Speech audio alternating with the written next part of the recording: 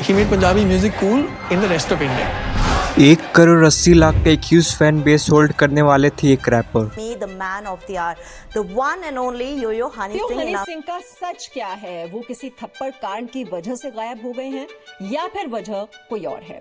एक ऐसी कहानी, लाइफ में सब कुछ मिलने के बाद 14 साल तक खो जाना। हमारा साथ देंगे यो हनी सिंह। इज्जत दौलत शोहरत की उन पर बारिश हुई है। ये कहानी जिसमें हीरो भी खुद हो और विलन भी वो खुद। Music production, no one can beat Honey Singh. सारे बॉलीवुड स्टार्स से एप्रिसिएशन मिलना, Which is Yo Honey Singer. फिर एकदम से कहानी में ट्विस्ट आना और डाउनफॉल शुरू हो जाना। हनी सिंह इक्वल टू विवाद, controversy equal to Honey Singh. सारी कंट्रोवर्सी के बीच में घिरे रहे। So we know he didn't sing the song Balatkari, but he did sing the song, right? और 14 साल के बाद में वापिस आके लोगों के दिलों में अपनी जगह बनाना।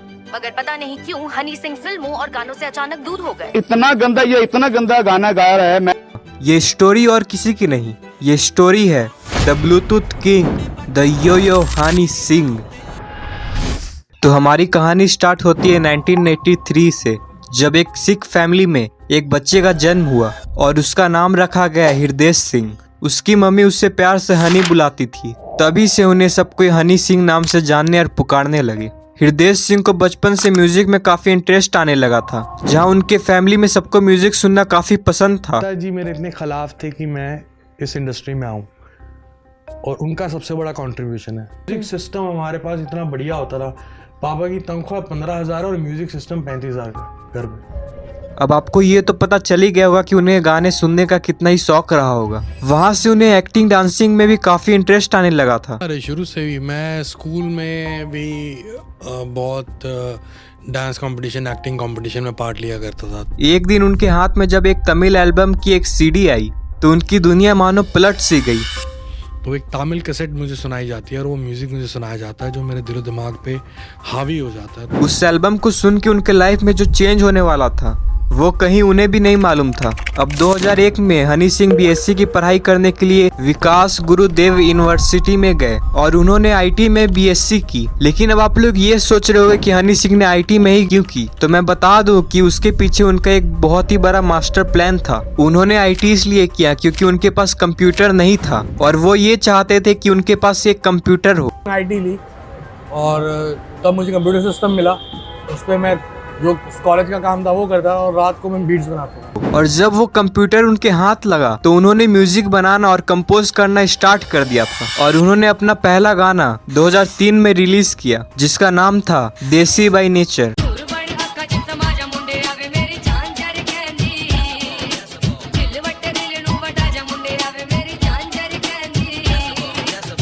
लेकिन उस टाइम के हिसाब से तो ये गाना बहुत ही यूनिक था और यूनिक होने के कारण ही ये गाना फ्लॉप हो गया और एक फेल साबित हुआ। ये सॉन्ग इंडिया में तो फ्लॉप साबित हुई, लेकिन ये सॉन्ग बर्मिंघम में इसकी पायरेटेड वर्जन काफी ज्यादा सोल्ड होने लगी। तभी एक यूके की कंपनी को ये काफी ज्यादा पसंद आया और उन्होंने एक रीमिक्स सॉन्ग बनाने के लिए हनी सिंह को कॉन्टेक्ट किया। यूके की कंपनी ने मुझे साइन किया 2004 में। उन्होंने कहा एक एल्बम बनानी है। 4 में आई मेरे पास कि we want to sign you as a music producer।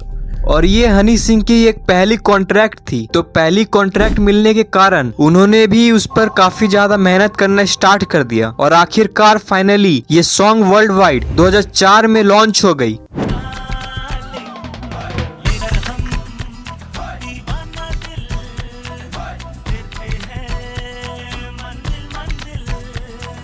जिस टाइप के हनी सिंह ने इसके पीछे मेहनत की थी वो श्योर थे कि ये सॉन्ग हिट होगी, लेकिन ये सॉन्ग भी पिछले सॉन्ग की तरह ही फ्लॉप साबित हुई। हनी सिंह इसके बाद काफी सैड हो गए थे, उन्हें ये तक मालूम नहीं था कि अब उन्हें करना क्या है। लेकिन तभी एक सॉन्ग म्यूजिक कंपोजर अशोक मस्ती ने ये सॉन्ग सुनी और उन्हें ये काफी पसंद आई। हनी सिंह को उन्होंने अपना एक सॉन्ग लिखने को दिया। 2005 में अशोक मस्ती पाजी ने मेरा म्यूजिक सुना और कहते कि तू बना मेरे लिए कुछ। और उसके बाद हनी सिंह ने एक इंग्लिश का मिर्च मसाला डालते हुए ये सॉन्ग को रेडी किया और 2006 में वो रिलीज हुआ जिसका नाम था ग्लासी।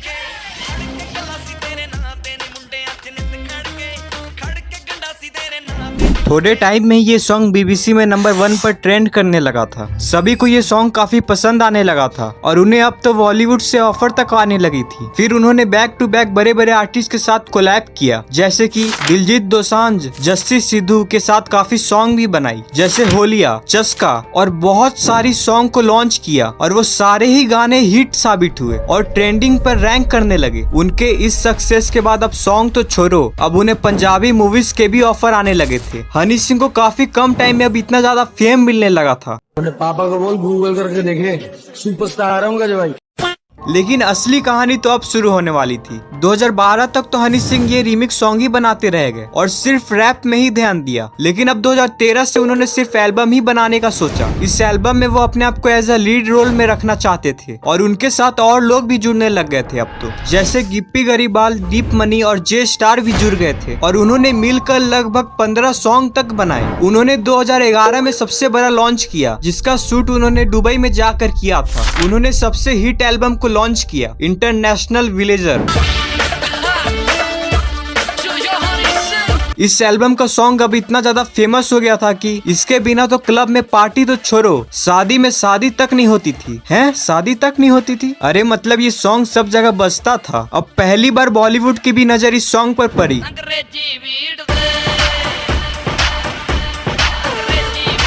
और ये सॉन्ग की राइट एरो इंटरनेशनल कंपनी ने खरीद लिया। कॉकटेल मूवी में ये सॉन्ग को ऐड किया गया और ये सॉन्ग के कारण मूवी तक हिट हो गई। अब हनी सिंह बॉलीवुड तक पहुंच गए थे। उन्होंने शाहरुख खान, सलमान खान और अमिताभ बच्चन और कई स्टार के साथ काम किया और मूवी में कोलैब भी किया। ये सारी गाने फेमस होने लगी थी।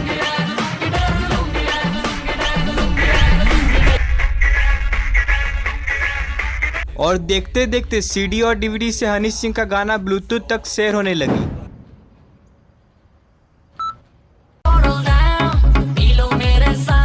सभी को इनका सक्सेस का सीक्रेट जानना था, लेकिन अब वक्त को तो कुछ और ही मंजूर था। 2014 तक हनी सिंह काफी एक्टर के बीच में थे, तभी उन्हें ड्रग्स के बारे में पता चला। अरे सरदार, बड़ा तू पंजाबी है, दारू पी लेता है, ये करके दिखा।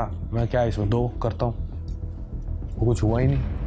1 2 3 4 5, फिर उसकी एडिक्शन लग गई। हनी सिंह उस टाइम अपने नींद से परेशान थे, उन्हें नींद नहीं आती थी। ये नस है, ये पट करती थी। मेरे को इतना कुछ कर रहा था, इतना कुछ हो रहा था, मैं सोता ही नहीं था। मैं खाता था, जिम करता था, शराब पीता था, नशे करता था। तभी उन्होंने ड्रग्स इंटेक करना स्टार्ट किया और अल्कोहल तक लेने लगे थे और वो अब एक्सट्रीमली एडिक्ट होते जा रहे थे। फिर 2014 में वो इस इंडस्ट्री से डिसअपियर हो गए। उस टाइम न्यूज हेडलाइन में सिर्फ इन्हीं का नाम था। 2016 में हनी सिंह की मूवी जोरावर रिलीज हुई और उसके प्रमोशन के लिए Honey Singh first time media में फिर से दिखाई दिए। मीडिया में आकर वो ये कंफर्म किए कि उन्हें बाइपोलर डिसऑर्डर नाम की एक बीमारी है। A lot of stigma around it, but I feel like it's very important for you to talk about it, and like even silly things like going to therapy. Like people think it's a huge deal, but it's not. जिसकी वजह से उन्हें 2014 के concert में ये लगा था कि उनकी ऑडियंस उन्हें मारने वाली है। मुझे 30 सेकंड में 30,000 थॉट्स आते थे, वो भी नेगेटिव, और ये सिलसिला 6 साल चला। इस डिजीज में आपकी ब्रेन ठीक से परफॉर्म नहीं करती है और हाइपर एक्टिव या हाइपर लो हो जाती है। इस डिजीज के बारे में आप डिटेल में जानने के लिए आप डिस्क्रिप्शन चेक कर सकते हैं। अब 2019 में फिर से पहले जैसे सॉन्ग लॉन्च किए और 2023 तक आते आते 35 सॉन्ग तक लॉन्च कर दिए। कुछ सॉन्ग हिट हुए और कुछ सॉन्ग फ्लॉप तक हो गए, जैसे कि लोक और फर्स्ट किस। अब 2023 तक हनी सिंह का क्रेज काफी कम हो गया था। 2023 तक उन्होंने कुछ ऐसा किया जिससे आप उन्हें कमबैक किंग बुलाने लगे। अभी तक उन्होंने जितने भी सॉन्ग लॉन्च किए, उन्हें ये तो समझ आने लगा था कि ऑडियंस का टेस्ट कम्प्लीटली चेंज हो गया है। जो जेन ज़ी है, जो उस वक्त 8 साल के बच्चे थे, 10 साल के बच्चे थे, अब वो 18-20 साल के हो गए। अब वो अलग आर्टिस्ट को सुनते हैं जिनसे वो ज़्यादा रिलेट करते हैं। हनी सिंह से वो ज़्यादा रिलेट नहीं कर पा रहे। अब वो वही करने लगे जो 2014 के टाइम में वो किया करते थे, जैसे कि 2014 के टाइम में वो लोगों को ऑब्जर्व करते थे। मैं उनमें बैठता हूँ, उनमें डिस्गाइज होकर मैं जाके सुनता हूँ, अच्छा ये बातें क्या कर रहे हैं, मुझे नहीं पता कि बातें क्या करते हैं, मुझे क्या पता। तो मैं अभी भी छुप के या हुड पहन के या कुछ भी कैप वगैरह लगा के सुनता हूँ। Till now I am doing this. और उनके टेस्ट के हिसाब से ही सॉन्ग लाते थे। अब वो सेम चीज आज के टाइम वो करना स्टार्ट कर दिए। वो अब अपना टाइम इंस्टा में देने लगे और आजकल के जेनजी यूथ को ऑब्जर्व करने लगे। और अब उन्हें ये तो मालूम चलने लगा था कि आजकल की ऑडियंस अपना टाइम इंस्टा पे इन्वेस्ट करती है और अब वो भी रील्स बनाना स्टार्ट कर दिए। उन्हें अब आजकल की ऑडियंस का टेस्ट समझ में आने लगा था और उन्हें अब ये भी मालूम चल गया था कि आजकल की यूथ का सॉन्ग के लिए डिमांड क्या है। किसी न किसी तरह तो अपडेट रहना है ना, मैं उनके साथ घूम फिर तो सकता नहीं। तो यही है कि इंस्टाग्राम पे देखूंगी ये लोग करते क्या है, किस तरह की बातें सुनते हैं, किस तरह की बातें करते हैं, तो निकला होगा ना काफी बहुत कुछ। उन्हें ये मालूम चला कि अब उन्हें कुछ अलग ट्राई करना चाहिए, लेकिन पहले के सॉन्ग को मेंटेन करते हुए फिर 2023 के एंड में उन्होंने ये सॉन्ग लॉन्च किया।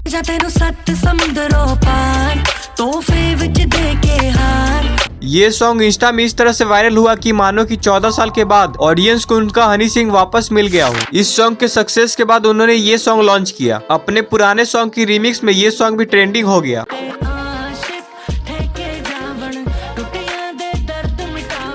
वैसे तो सारी सॉन्ग उनकी पुरानी सॉन्ग की रीमिक्स थी, लेकिन ऑडियंस की डिमांड भी वही थी। हनी सिंह आजकल के रैपर के साथ मिलकर कुछ अलग प्लान किए, जैसे कि पैराडॉक्स। उन्हें जब आजकल की ऑडियंस के बारे में मालूम चला तो उन्होंने एक अल्टीमेट एल्बम को लॉन्च किया जिसका नाम था ग्लोरी।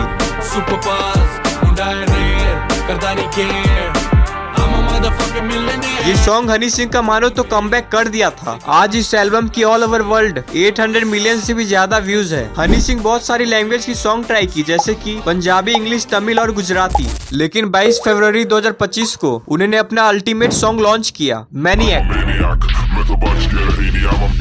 बाज वांगू तकदा है नारा लाइक अ मैनिएक, महंगी महंगी रखदा है कारा लाइक अ मैनिएक, जिसमें उन्होंने भोजपुरी लैंग्वेज को भी ऐड किया और सिर्फ 2 वीक के अंदर ही 100 मिलियन व्यूज कंप्लीट हो गई। और इस सॉन्ग से वो ह्यूज बिहार की ऑडियंस को भी कैप्चर कर लिए थे। लेकिन अब ये तो डेफिनेटली तय हो गया है कि हनी सिंह का कमबैक हो चुका है और जल्दी उनकी ऑडियंस को 2014 वाला ब्लूटूथ किंग हनी सिंह वापस मिलने वाला है। तो गाइज, अगर ये वीडियो आपको पसंद आया हो तो डेफिनेटली इस वीडियो को लाइक करना और इस वीडियो को शेयर करना, और जाते जाते कमेंट्स में ये जरूर बताते जाना कि आखिरकार ब्राउन रंग सॉन्ग को लिखा किसने है। तब तक के लिए पीस आउट एंड सायोनारा।